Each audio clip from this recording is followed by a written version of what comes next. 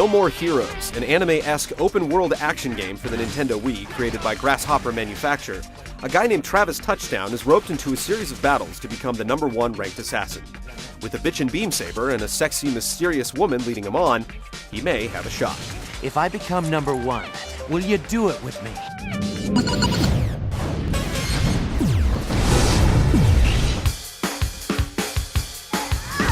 On your hit list are some of the most twisted and deadly individuals you've ever seen.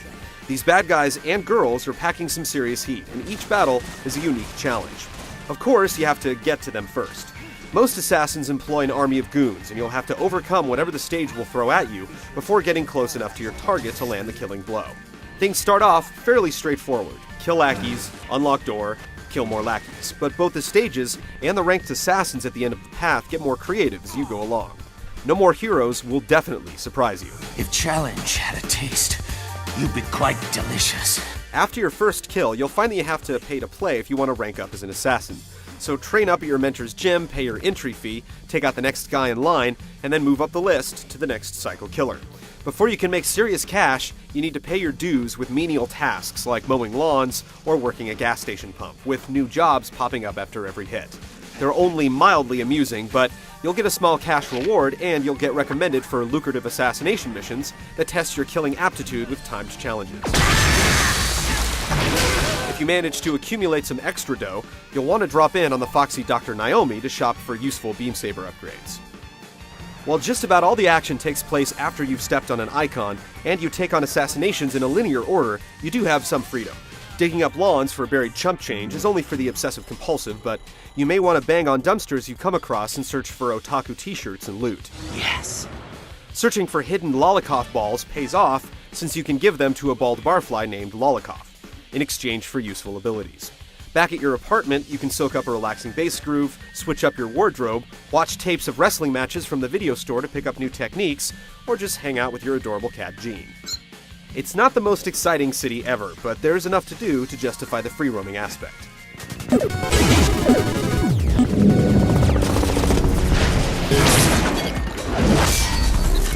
It's rough out there, but Travis's years of devotion to Japanese anime and Mexican wrestling have paid off, creating a ballsy fighting style that combines samurai swordsmanship with lucha libre takedowns.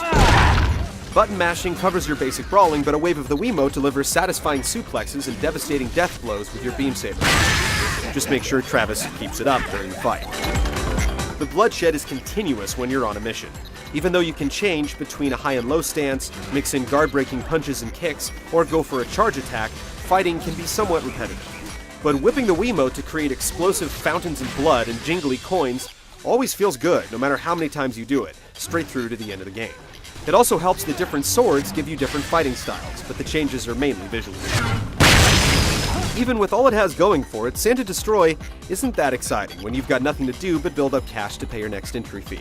There are a lot of side missions to take on as you progress through the game, but they're often short, confined to small areas, and always retread old ground. Since every mission is in an isolated area, the city is more of a hub and chill-out spot. Nothing exciting will happen without your stepping on an icon to trigger it, so jetting around on your bike for fun is your only option for screwing around free time. It can take a while to get used to the handling via the control stick, but once you discover motion control tricks for the bike, like jumping and power sliding, you can actually have some fun.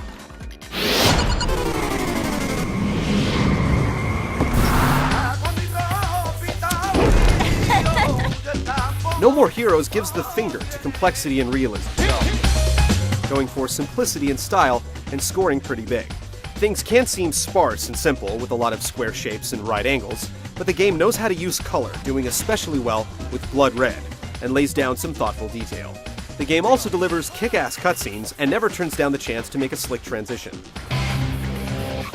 For its part, the soundtrack is catchy and is a memorable part of the game's bizarre but cool atmosphere.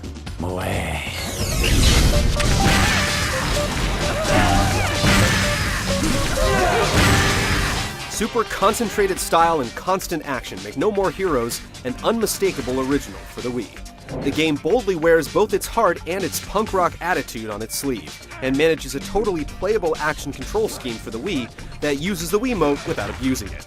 The game covers a narrow range and could definitely push farther with its open world concept, but the killer vibe and amazing moments make this heroic effort worth checking out. You're a bad girl.